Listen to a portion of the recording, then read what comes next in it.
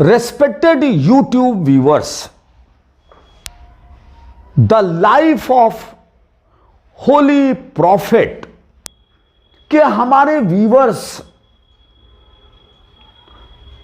Simple way में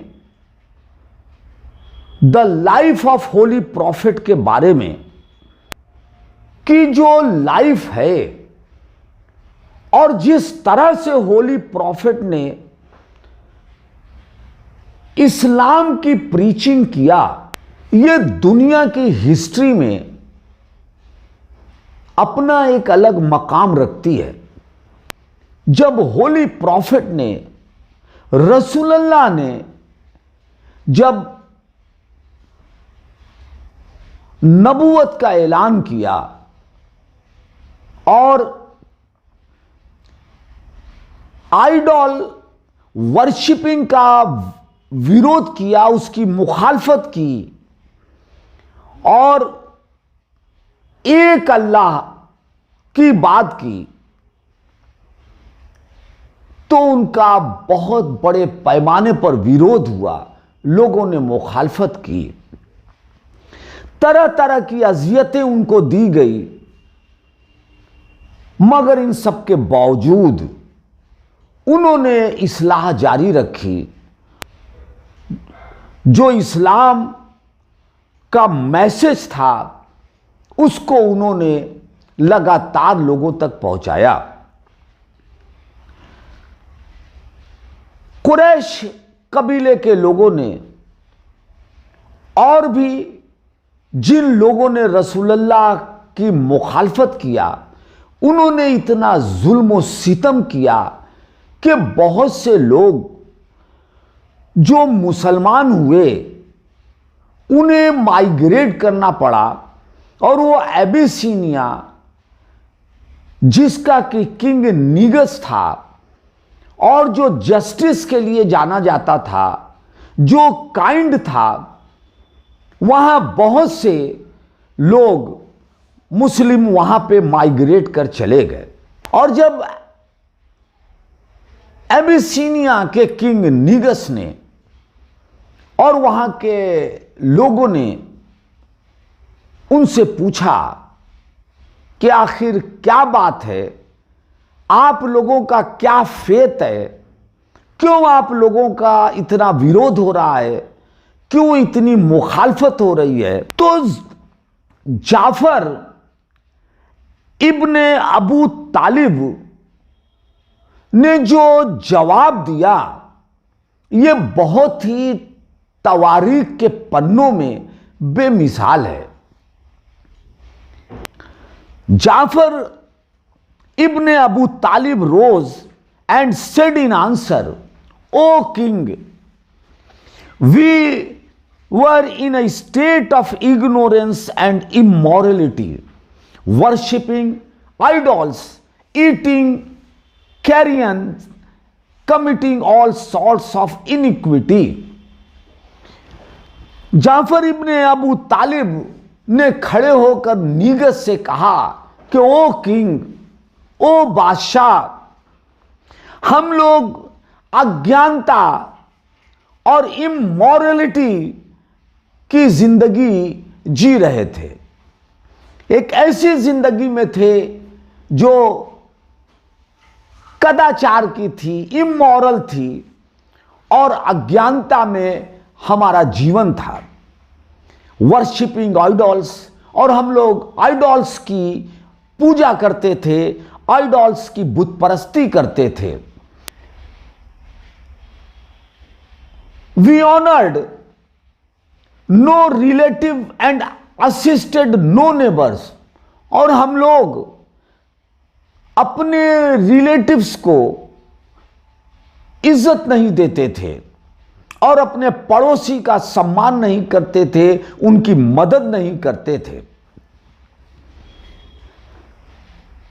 the strong among us exploited the weak, और हम में से जो स्ट्रॉन्ग होता था, जो मजबूत होता था, वो जो कमजोर होता था उस पर जुल्म करता था, ज्यादती करता था, उसका शोषण करता था। Then God sent us a prophet, one of our own people. और तब खुदा ने एक प्रॉफिट भेजा, एक नबी भेजा जो हमारे में से है, whose lineage, truthfulness, loyalty and purity were well known to us. और वो प्रॉफिट, वो नबी हम में से ऐसा भेजा जिसकी की ईमानदारी, जिसकी वफादारी और जिसकी पाकीज़गी were well known to us, हम सब लोग को मालूम है कि वो कितना सच्चा है, अमीन है, ट्रूथफुल है, ऑनेस्ट है और कितना वफादार है और पाक और साफ है। He called us to worship God alone and to repudiate all these stones and idols which we and our ancestors used to worship. और उस नबी ने हम लोगों से एक खुदा की परस्तिश करने के लिए कहा कि परस्तिश एक खुदा की करो और जो भी बुत है उसकी परस्तिश मत करो, बुत परस्ती मत करो। जो भी हमारे पूर्वज हैं, एंसेस्टर्स हैं, वो जो बुतों की पूजा करते हैं, बुत परस्ती करते हैं, उन बुतों की बुत परस्ती मत करो। He commanded us always to tell the truth, to remain true, to trust and promise, to assist the relative, to be good neighbors and to abstain from blood and things forbidden. और उसने हमें यह भी हुक्म दिया कि हम हमेशा सच बोलें, टू रिमेन ट्रू, हमेशा सच के राह पर चलें, सच्चाई पे रहें, टू ट्रस्ट एंड प्रॉमिस, और जो ट्रस्ट है और जो प्रॉमिस है उस पे हमेशा बरकरार रहें, उस पे डिगे रहें और रिलेटिव्स की मदद करें, नेबर्स के साथ अच्छा व्यवहार करें, पड़ोसी के साथ अच्छा व्यवहार करें और खुरेजी से, हिंसा से दूर रहें। एंड थिंग्स फॉरबिडन, और जिन चीजों को मना किया गया है वो काम ना करें। ये हमारे नबी ने हमको हुक्म दिया। एंड टू अवॉइड फॉर्निकेशन, और फॉर्निकेशन को अवॉइड करें, परजूरी एंड फॉल्स विटनेस, और झूठी परजूरी न करें, झूठी बात न करें, झूठी हलफ न लें और झूठी कसम न खाएं। He commanded us not to rob the wealth of the orphan or falsely to accuse the married woman. और उस नबी ने हमको यह भी हुक्म दिया कि वो किसी भी गरीब यतीम के दौलत को, उसके रुपयों को लूटे ना, किसी भी मैरिड वोमेन के ऊपर झूठा आरोप न लगाएं। He ordered us to worship God alone and never to associate any other being with him. और हमारे नबी ने हमको यह भी हुक्म दिया कि सिर्फ एक अल्लाह, एक खुदा की इबादत करो और उस खुदा में किसी को शरीक मत करो, ला शरीक, किसी को शरीक मत करो उसमें। He ordered us to worship God alone and never to associate any other being with him, to hold prayers, नमाज कायम करो, to fast, रोजा रखो, and to pay the zakat, और जक़ात पे करो, जक़ात दो। We believed in him and what he brought to us from God and followed him in what he enjoined and forbade. Our people, however, tried to sway us away from our religion and persecuted us and inflicted upon us great suffering that we might re-enter into the immoral practices of old. as they vanquished and berated us unjustly and made life intolerable for us in Makkah. We chose you and your country and came thither to live under your protection in justice and peace.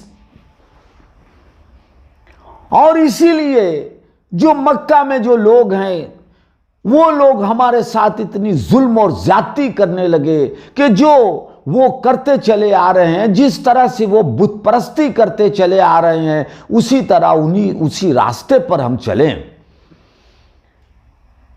और इतनी जुल्म ज्यादती होने की वजह से हम लोग मक्का छोड़ के आपके स्टेट में आए हैं ताकि यहां हम लोग सुकून से रह सकें, शांति से रह सकें और यहां हम लोगों के साथ न्याय हो सके। ये जाफर इब्न अबू तालिब ने किंग नीगस से कहा कि किस तरह से उन्हें और उनके लोगों को जिन्होंने इस्लाम मजहब को कबूल किया है, उन्हें किस तरह से मक्का में परेशान किया गया है, उनको कितनी सफरिंग दी जा रही है, उनको कितनी तकलीफें दी जा रही हैं, उनका बाइकॉट किया जा रहा है। और हमारे प्यारे नबी जो कि हमारे ही बीच के हैं, उन्होंने हमको ये मैसेज दिया कि अपने रिलेटिव को का ख्याल रखो, यतीमों का ख्याल रखो, सच बोलो, इंसाफ की बात करो, किसी के साथ जुल्म मत करो और एक ईश्वर, एक खुदा की इबादत करो और उसमें किसी को शरीक मत करो। उनके इस मैसेज से जो मक्का के लोग हैं वो नाराज होकर उन्होंने मुखालफत शुरू कर दी और इस तरह से दुश्मनी पर आ गए कि मक्का में उन मुसलमानों का, इस्लाम मानने वालों को और नबी की बात मानने वालों का अमन और चैन से रहना मुश्किल हो गया है। हमारी यह सीरीज आगे भी जारी रहेगी और उम्मीद है कि अभी तक जिन भी लोगों ने हमारे YouTube चैनल को सब्सक्राइब नहीं किया है वो मेहरबानी करके इस चैनल को सब्सक्राइब कर लें ताकि हमारे सारे वीडियो आप तक पहुंचते रहें। Thank you very much.